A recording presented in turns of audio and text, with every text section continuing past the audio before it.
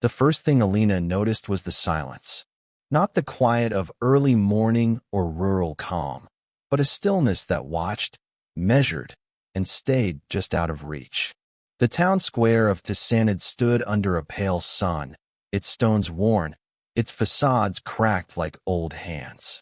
Above the post office, a faded red star still clung to the wall, half covered by a crooked satellite dish. Elina stepped from the bus alone, her suitcase thudding on the uneven pavement. No one greeted her. The school had promised someone would meet her, maybe the deputy or a janitor. But the street to Bela Bartok Elementary stretched empty. She passed shuttered cafes and the lingering scent of vinegar from a nearby pickling plant. When she finally reached the gate, a rusted bell cord dangled like a broken limb. She knocked, waited, knocked again. A boy no older than 7 peeked out from behind the garden fence next door, then darted away. Inside, the school breathed dust. The walls were pale green, curling at the edges.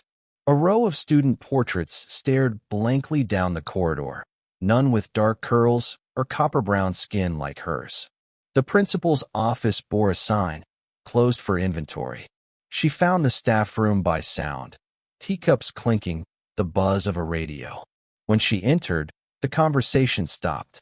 5 faces turned to her, 2 offering stiff smiles, 3 avoiding her gaze entirely. A woman in a gray cardigan stood first, brushing invisible crumbs from her lap. "You must be Miss Darvasi," she said. "I'm Maria, English and Ethics." "Elina," she replied, extending a hand. It hovered for a second too long before Maria shook it. The others nodded politely. One murmured, "Udvozalgic," without looking up. The headmaster, she was told, was busy, but wishes you the best of luck. Her classroom was at the end of the hall, next to the old gymnasium. The key stuck in the lock. Inside, the air was heavy with mildew. Desks were stacked, one leg broken. The blackboard bore ghost chalk from a past lesson on soil erosion. A cracked window let in a sliver of wind that stirred a single, curled paper on the floor. The timetable pinned to the wall was outdated. None of her materials had arrived. She spent the first hour unstacking desks alone, wiping dust with her sleeve, arranging chairs to face a board that barely held chalk. There was no welcome packet, no mentor, just a single printed list of student names, dog-eared and stained at the corner. Among them, Adam McCloskey. She would remember that name. During recess, she wandered to the edge of the yard. Beyond the iron fence stretched a forgotten almond grove, bare branches, crooked and stubborn. Beneath one tree sat a boy, legs crossed, tracing something into the soil with a twig. "Elina," Maria called from the doorway. "You're needed in the office." When she returned, the boy was gone. The principal finally emerged, tall, graying, with a handshake that felt like wet paper. "Integration is a noble goal," he said, smiling in a way that didn't reach his eyes. "But tread carefully. The parents here value tradition." She nodded, swallowing her response. Her first lesson was arithmetic. The children filed in slowly, their eyes flicking toward her, then away. She smiled. A few smiled back, uncertain. She introduced herself, wrote her name in wide strokes across the blackboard, then turned to call roll. When she said Adam McCloskey, there was no answer. A girl whispered something. Laughter flickered, quickly swallowed. She repeated his name. Near the window, a thin boy raised his hand halfway. His eyes did not meet hers. He said nothing. "All right," she said gently. "Thank you." The rest of the class continued. But Elina's gaze kept returning to Adam. His notebook remained closed. His pencil unmoved. His face unreadable. As if he had been taught long ago that looking up would only bring trouble. After school, Elina returned to the almond trees. The boy was there again, though he didn't look at her. He drew a circle in the dirt, then crossed it once, twice. She watched quietly, saying nothing. Later that night, in the small guest room provided by the school, she unpacked the silver locket from her grandmother. Inside, a photo of firelight, blurred faces, and her own child's eyes staring at a world that hadn't yet hardened. She closed her fingers around it, and for a moment, the silence in her room felt like resistance, not absence. The next day would begin again, and she would still be here. The rhythm of the school revealed itself not through schedules or bells, but in the glances passed behind backs and the way doors closed just a little too soon. Elina arrived each morning 10 minutes early, but still found herself alone in the teacher's lounge. The coffee pot sat warm, yet no one offered her a cup. The school's hallways echoed not just with footsteps, but with the quiet choreography of exclusion. On her fourth day, she brought a tray of poppy seed pastries, her grandmother's recipe. She placed them neatly on the lounge table with a note, "From Elina, Joette Vijayat." No one touched them. By noon, they had dried at the edges, untouched beneath the buzzing fluorescent lights. Only the cleaning lady, Evie, took one as she passed with her mop. "Too sweet for them," Evie whispered with a wink. "Not for me." Elina smiled, grateful. In the classroom, the children had settled into a cautious routine. Most obeyed her politely. A few whispered when she turned her back. One or two, always the same, refused to hand in homework, their defiance performed, waiting for a reaction she refused to give. Adam remained silent. He sat near the window each day, eyes fixed on something far beyond the schoolyard. When spoken to, he nodded or stared. His books stayed clean. His drawings, if he made any, were never handed in. But one morning, Elina noticed a fold in the corner of his notebook. When she opened it, hidden between blank pages, was a single pencil sketch of a tree, its limbs twisted, roots clawing downward, and a small figure sitting beneath it. She didn't say anything. She just left a sharpened pencil on his desk the next day. By the second week, the headmaster called her in. "Concerns," he said, fingers steepled on his desk. "Nothing formal. Just whispers. Some parents think you're focusing too much on social topics. One mentioned you used a Romani proverb in class." "I did," Elina replied. "It was about resilience." He gave a practiced smile. "Perhaps keep to the curriculum more strictly. Integration should be gradual. We don't want to unsettle the children." "Unsettle." She bit back her words. Nodded. Left. Outside, the almond trees were beginning to bud, just a hint of color, fragile and daring. Elina lingered near them during lunch, watching the wind shake the branches. Behind her, laughter erupted from the yard, sudden and sharp. She turned. A boy stood pointing at Adam, who had fallen, his notebook scattered in the dirt. Another circled him, chanting something rhythmic and cruel. Elina moved quickly, cutting through the group. "Enough," she said, her voice cold steel. The others backed away. Adam's hands trembled as he gathered his pages. Elina knelt, helping him silently. He didn't look up, but when she offered the notebook, he didn't pull away. Later that day, she found a red note in her pigeonhole. A word of advice: don't get too involved. Some of us have been here a long time. No name. Just the school's letterhead, faintly smudged. She didn't tell anyone. Instead, that night, she walked the length of the town, past shuttered shops and a chapel with missing roof tiles. She reached the Romani settlement on the outskirts, not as a visitor, but as someone who knew the smell of firewood smoke and the sounds of laughter behind patched tarps. She didn't stop or knock. She just walked to remember. The next morning, she brought in a book of folk tales and read aloud without explanation. The children listened, uncertain at first. Adam didn't raise his head, but his pencil moved, slow, deliberate strokes across the page.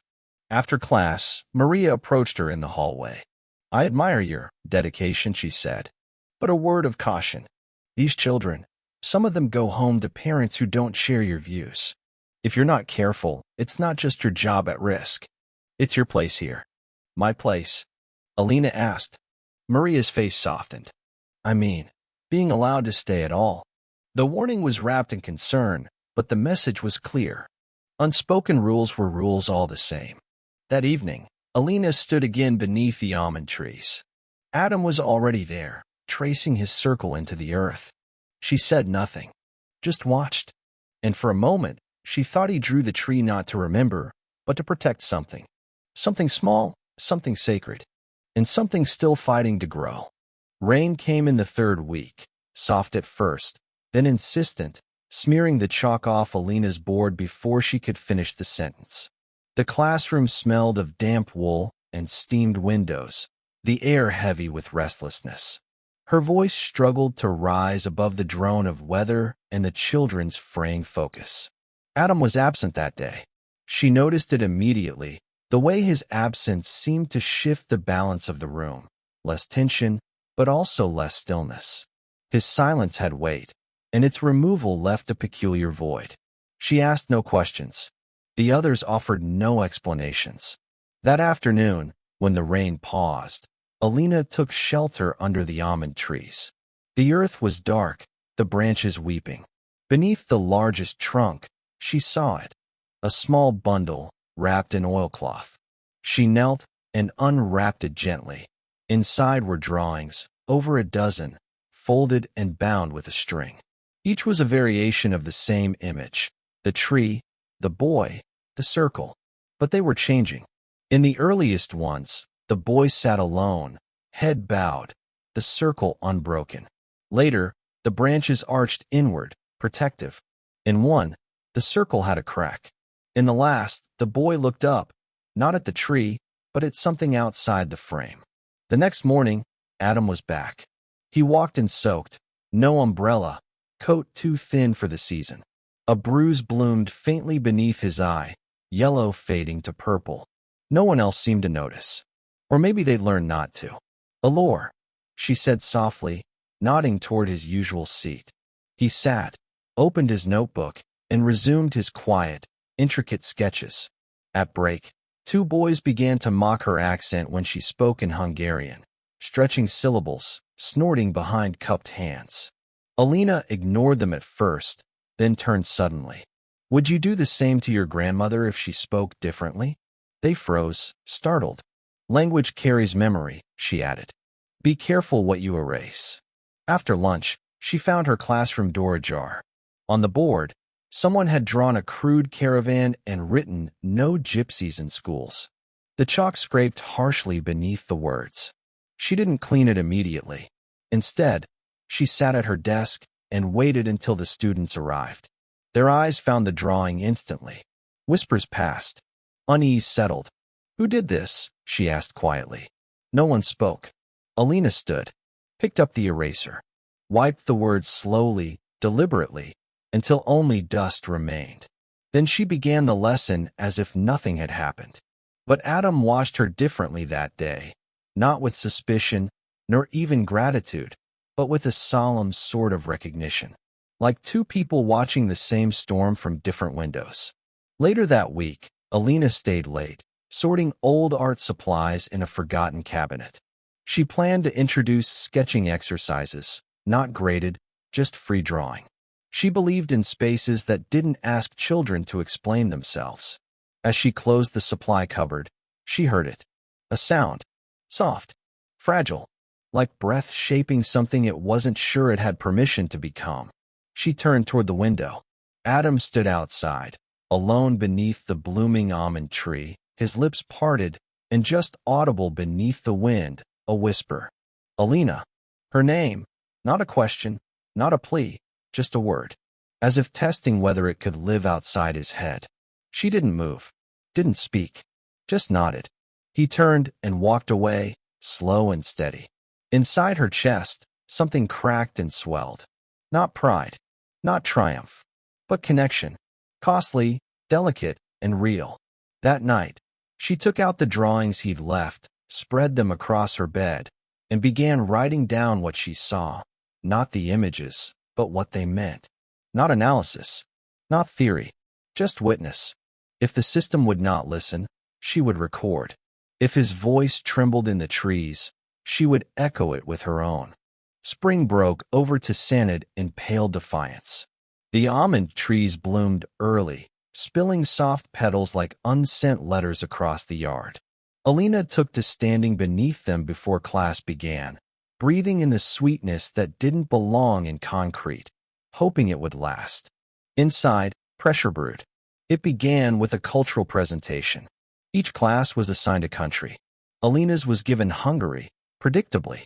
But she decided to let the children choose what stories to tell. She brought in folk tales from across the Danube region, Serbian, Slovak, Romani.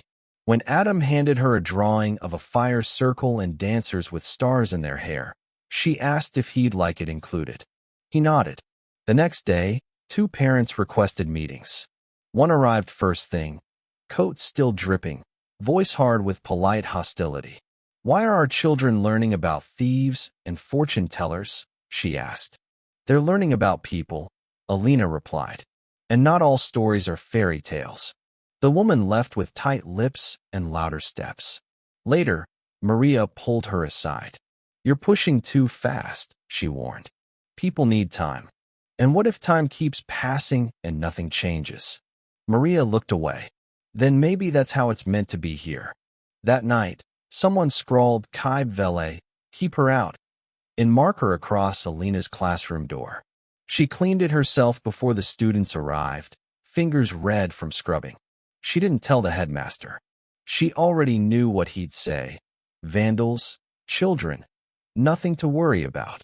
But Adam saw, and that afternoon, without a word, he left a folded paper on her desk.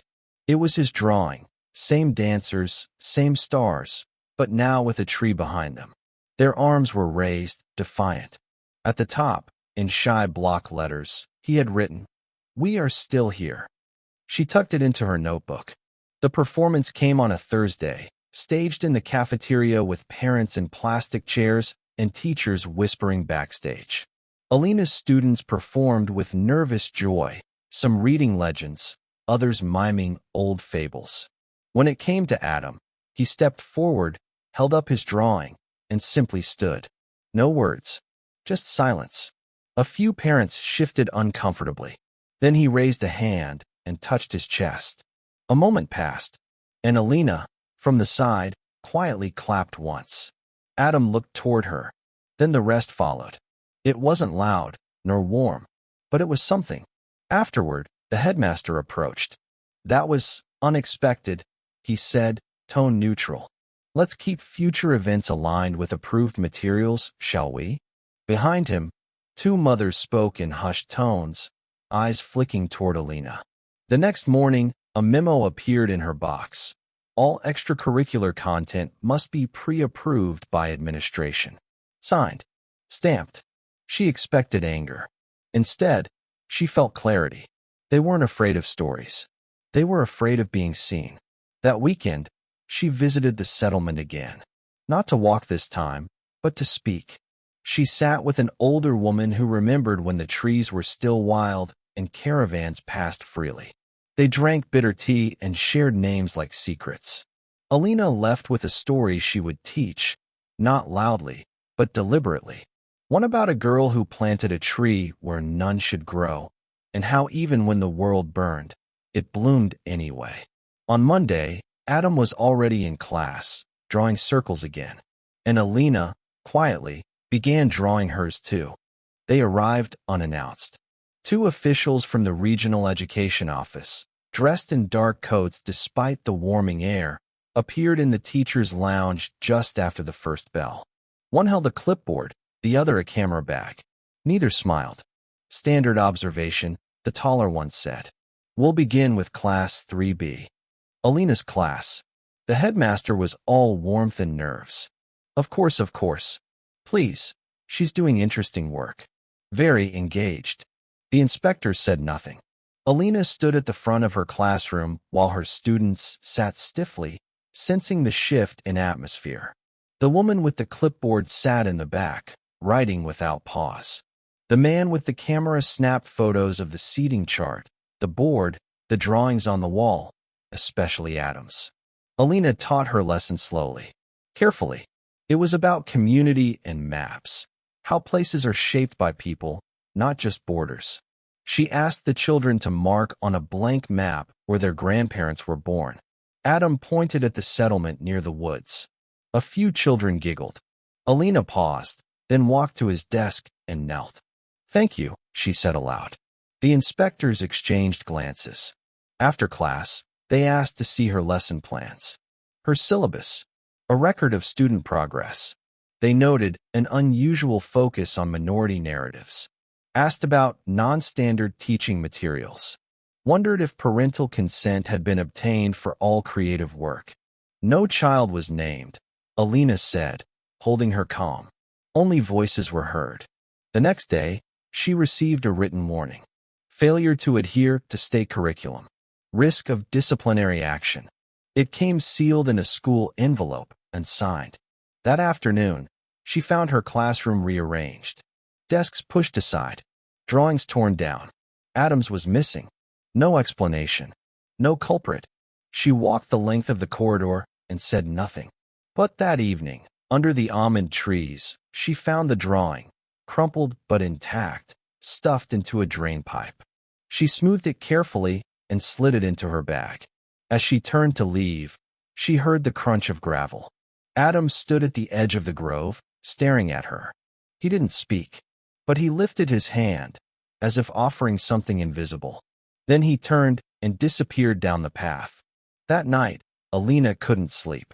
Instead, she sat at her desk and began writing, page after page, documenting every incident, every message, every silence that had weight. She included names only when necessary, dates when she could recall them. She wasn't writing a complaint.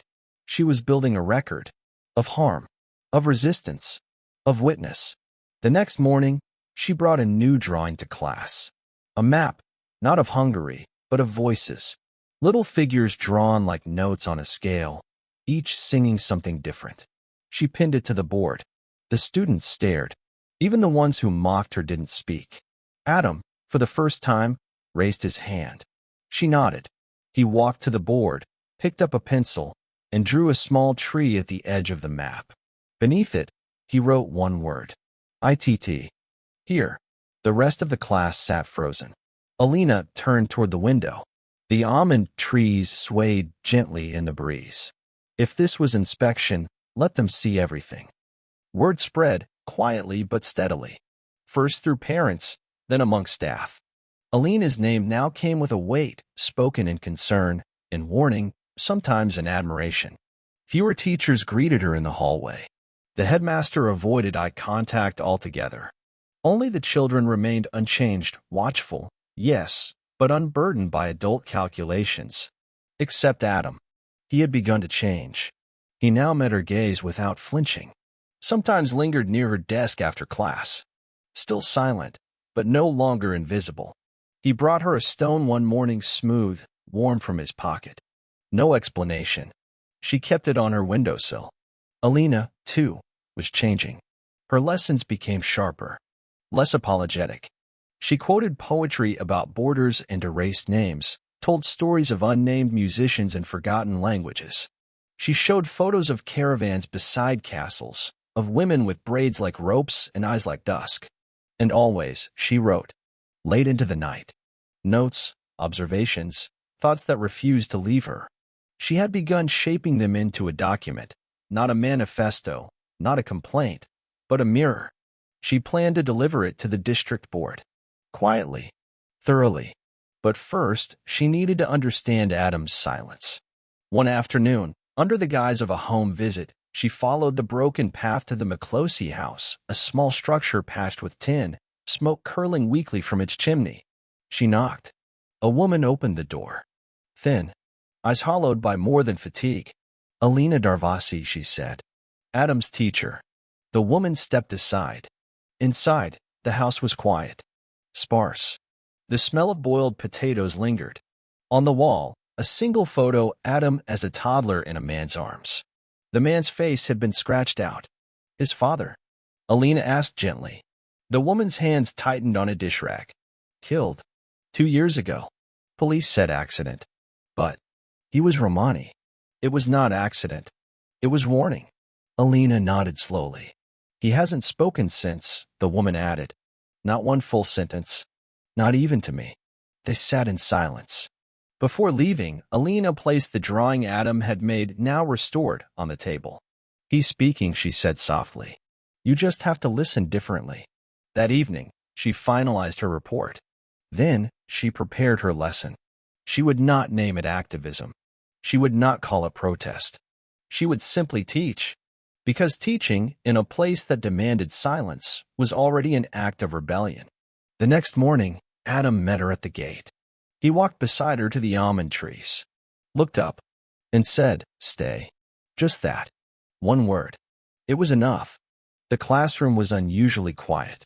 Elina had asked the children to bring only one thing, a story from their family.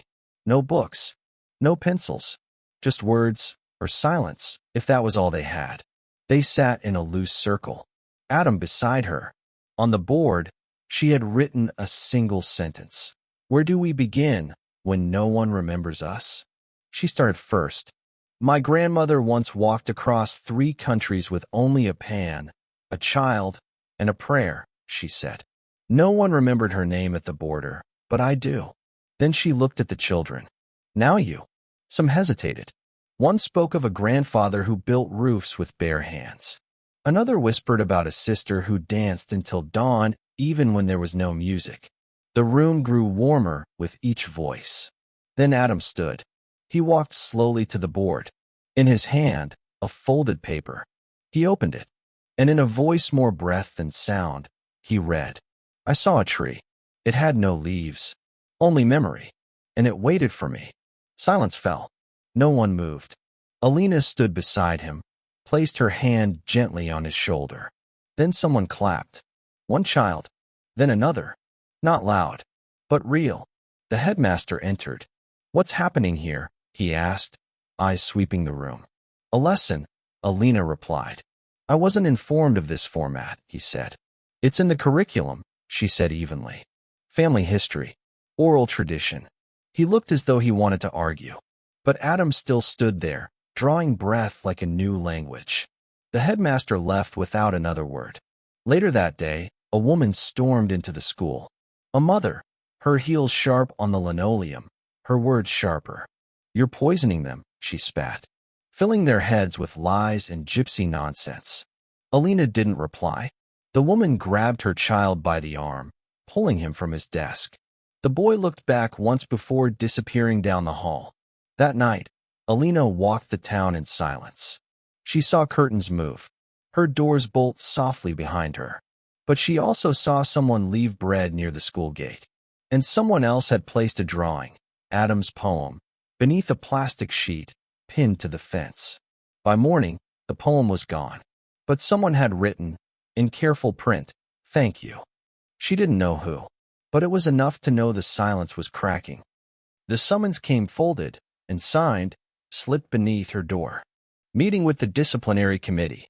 Thursday, 9 a.m. No explanation. No list of charges. Just a date and time. Elina read it once, folded it back, placed it in her bag. The next morning, she taught as if nothing had changed. Her voice was steady. Her hands moved with care. The children sensed the stillness, tense, like before a storm.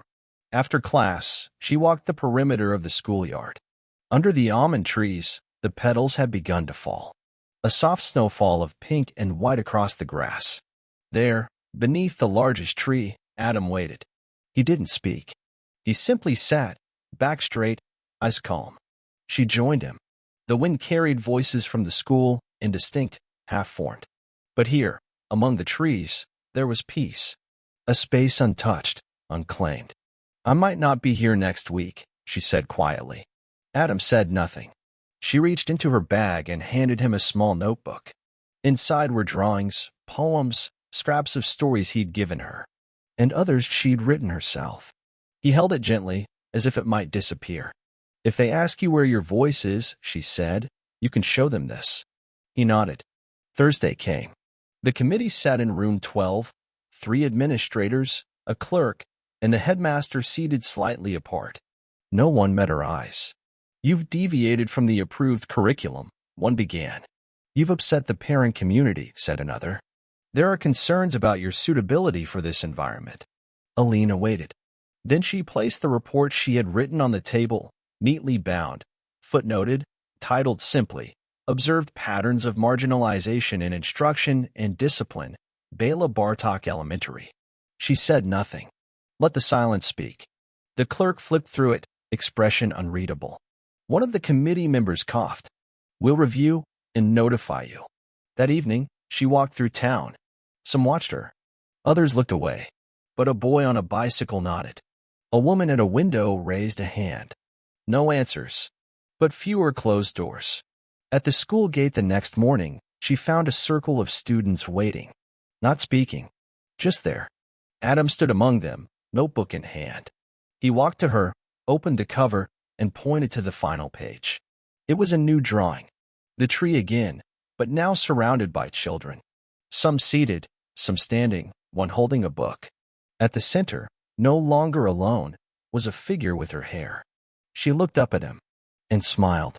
The petals kept falling. Nothing was finished, but something had begun.